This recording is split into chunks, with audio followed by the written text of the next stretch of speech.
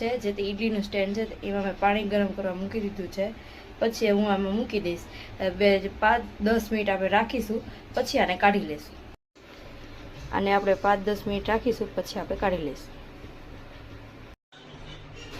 તમે જોઈ શકો છો સ્ટીમ થઈ ગયું છે. તો હું આને આમ કાપા પાડીને એના ચોરસ ટુકડા કરી લઈશ. તમે જોઈ શકો છો મેં આને ચોરસ ટુકડામાં આવી રીતના કરી લીધા છે. તો હવે હું આને ફ્રાય કરી લઈશ. ફ્રાય કરવા માટે હું તેલ હવે મૂકી દઈશ.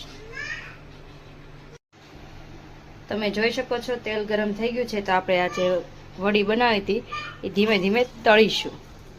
આપણે એક એક કરીને આમાં નાખીશું.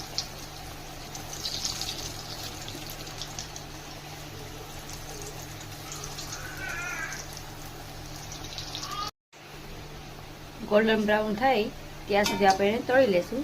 તમે જોઈ શકો છો ગોલ્ડન બ્રાઉન થઈ ગઈ છે. તો આને એક પ્લેટમાં કાઢી લઈશ. મેં અહીંયા પ્લેટમાં કાઢી લીધી છે ગોલ્ડન બ્રાઉન થઈ ગઈ એટલે.